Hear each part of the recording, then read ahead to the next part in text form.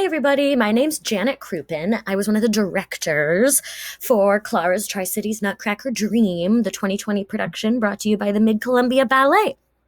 First of all, what is ballet? It's more than just tutus and point shoes. It's an extremely old art form. It's been around for hundreds of years. All the vocabulary in ballet is French. So you would hear things like pas de bourrée, which would mean like take 3 steps with your feet. And it's important because this same language is used by dancers all around the world.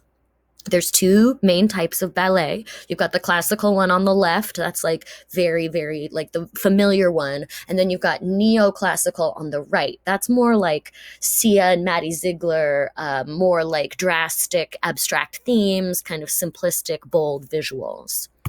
Have you ever noticed that dancers don't talk? They express themselves through pantomime. Pantomime is where you use your facial expressions or gestures to communicate an idea. This sweet little girl is like, hey, what's over there? But she doesn't even have to say anything.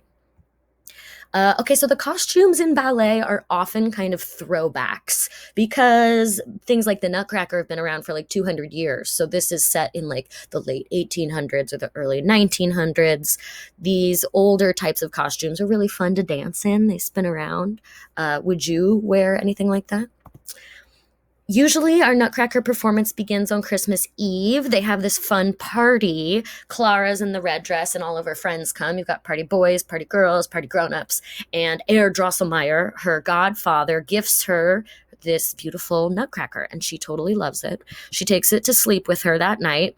And then what happens is her Nutcracker is taken from her by these mice and these rats. And there's this battle scene between toy soldiers and the mice, and just when the Rat King is about to win, Clara outsmarts him, and her Nutcracker transforms into a beautiful prince.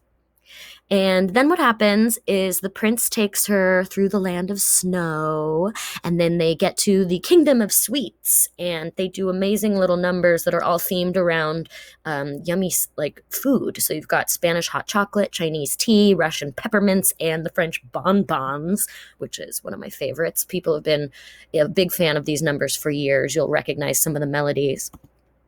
Have you heard the saying, many hands make light work? It's absolutely true.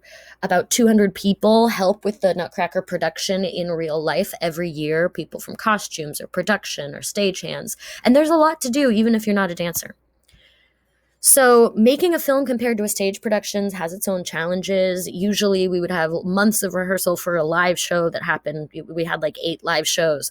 But this year we filmed on Saturdays in October and November, and we did it in little pieces, and we put it all together for this movie version this year. The ballet had to think outside the box to get this thing done. And the way we did it was we partnered with local businesses around Tri-Cities, so that like when she goes and gets her Chinese tea, we actually went to a Chinese restaurant. So you might see places that you recognize. And our movie is similar to the original, but it's a little different. She still gets her Nutcracker doll from her uncle, but she has a dream. And in that dream, we have our battle scene where she tries to get her Nutcracker back. The tricky mice and rats are trying to get in her way, but she finally eludes them and goes on her journey around Tri-Cities. Will she ever get her Nutcracker back? You'll have to watch the movie to find out.